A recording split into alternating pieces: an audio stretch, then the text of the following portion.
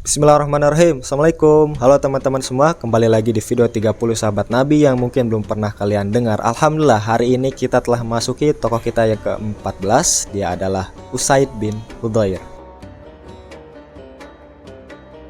Usaid bin Hudhair ini memiliki banyak keutamaan. Pertama, seperti Rasulullah Muhammad SAW pernah sabdakan, beliau adalah sebaik-baik laki-laki. Yang kedua, Usaid bin Hudhair ini juga memiliki lantunan ayat suci Al-Quran yang amat merdu dan khusyuk. Bahkan Rasulullah Muhammad pernah menyampaikan suatu malam malaikat pernah mendekatinya karena sengaja ingin mendengarkan lantunan ayat suci Al-Quran dari Usaid bin Hudhair ini. Yang ketiga, di kalangan kaum Ansor, ia terkenal sebagai Al-Kamil, mewarisi julukan ayahnya Hudhair Al-Kataib, yang dimana bapaknya itu adalah salah satu bangsawan Arab dan juga pemimpin kaum Aus dan salah satu hulu balang bangsa Arab di zaman jahiliyah. Ia pun mewarisi keutamaan akhlak dari ayahnya tersebut, yakni akhlak mulia, kedermawanan, keberanian dan juga keperkasaan. Ketika Mus'ab bin Umair dikirim sebagai duta Islam pertama ke Madinah oleh Rasulullah Muhammad SAW membersamai rombongan yang berbaiat di baiat Aqabah pertama, beliau menginap di rumah As'ad bin Zurarah yang masih terhitung keponakan dari Sa'ad bin Mu'ad. Sa'ad bin Mu'ad yang saat itu adalah salah satu pemimpin di Madinah merasakan kekhawatiran akan datangnya Mus'ab bin Umair yang mendakwahkan Islam di Madinah.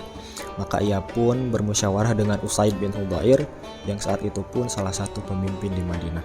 Sa'ad bin Mu'ad dan Usaid bin Hudhair pun berbagi keresahan karena datangnya seorang perantau yang mendakwahkan agama baru di Madinah, yakni Mus'ab bin Umair.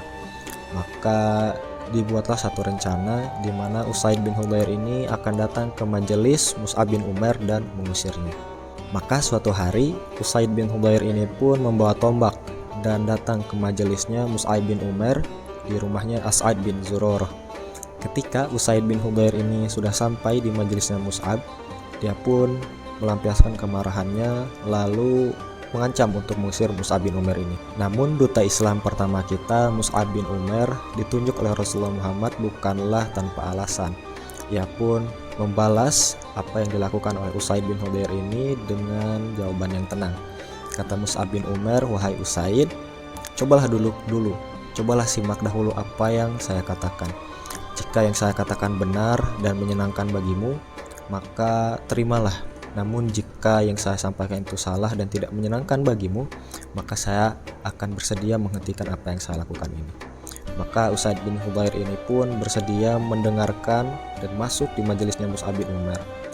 Usaid bin Hudhair yang telah lama dikenal memiliki keluhuran akhlak dan kebijaksanaan, melihat dan mendengar sendiri bagaimana Islam disampaikan oleh Mus'ab bin Umair dan tidak merasakan sedikit pun kejanggalan dalamnya. Malah semakin lama ia menyimak apa yang disampaikan oleh Mus'ab bin Umair, semakin kagum ia dengan ajaran Islam. Maka ia pun bertanya kepada Mus'ab bin Umair, "Bagaimana cara Anda atau apa yang kalian lakukan ketika kalian ingin memasuki agama ini?" Maka Mus'ab bin Umair pun berkata, "Pertama-tama kamu harus membersihkan diri dan pakaianmu, bersyahadat yang hak, lalu melaksanakan sholat." Lalu setelah itu Usaid bin Hudhair pun pergi ke rumahnya, mandi, lalu mendatangi kembali majelisnya Mus'ab bin Umair. Bahkan dituliskan sampai masih terlihat tetes-tetes air di rambut seorang Usaid bin Hudhair ini. Maka setelah itu Usaid bin Hudhair ini pun masuk Islam. Peran penting seorang Usaid bin Hudhair ini terjadi ketika hari Sakifah, di mana sesaat setelah Rasulullah Muhammad SAW wafat, maka kaum muslimin bermusyawarah untuk menentukan pengganti pemimpin yang akan melanjutkan kepemimpinan Islam. Maka saat itu ada segolongan kaum Ansor yang disitu termasuk ada Sa'ad bin Ubadah, menganggap bahwa yang lebih berhak untuk menjadi khalifah adalah dari golongan kaum Ansor. Dan sempat terjadi perdebatan yang sengit dan panas di antara kaum muslimin saat itu untuk menentukan siapa khalifah pengganti Rasulullah Muhammad SAW. Di sanalah tampil ke muka Usaid bin Hudhair yang mengatakan dan menegaskan bahwa Rasulullah Muhammad SAW berasal dari kaum muhajirin. Maka selayaknya juga penggantinya berasal dari kaum muhajirin. Dan kaum muhajirin maupun kaum ansor tidaklah dibeda-bedakan, keduanya adalah pembela agama Allah. Maka yang terpilih nanti tetaplah wajib ditaati dan dibela sebagaimana kaum ansor dan kaum muhajirin dulu membela Rasulullah Muhammad SAW. Mendengar ucapan itu, kaum Ansar pun menjadi tersadar, dan tidak lama setelah itu kaum muslimin membaiat Abu Bakar As-Siddiq radhiyallahu an sebagai khalifah pertama. Karena agama dan akhlaknya juga sifatnya yang demikian itulah Usaid bin Hudzair ini sangatlah dicintai oleh sahabat yang lain. Begitupun di hati Amirul Mukminin Umar bin Khattab dan Khalifah Abu Bakar. Di bulan Sya'ban di tahun 20 Hijriah berpulanglah Usaid bin Hudzair.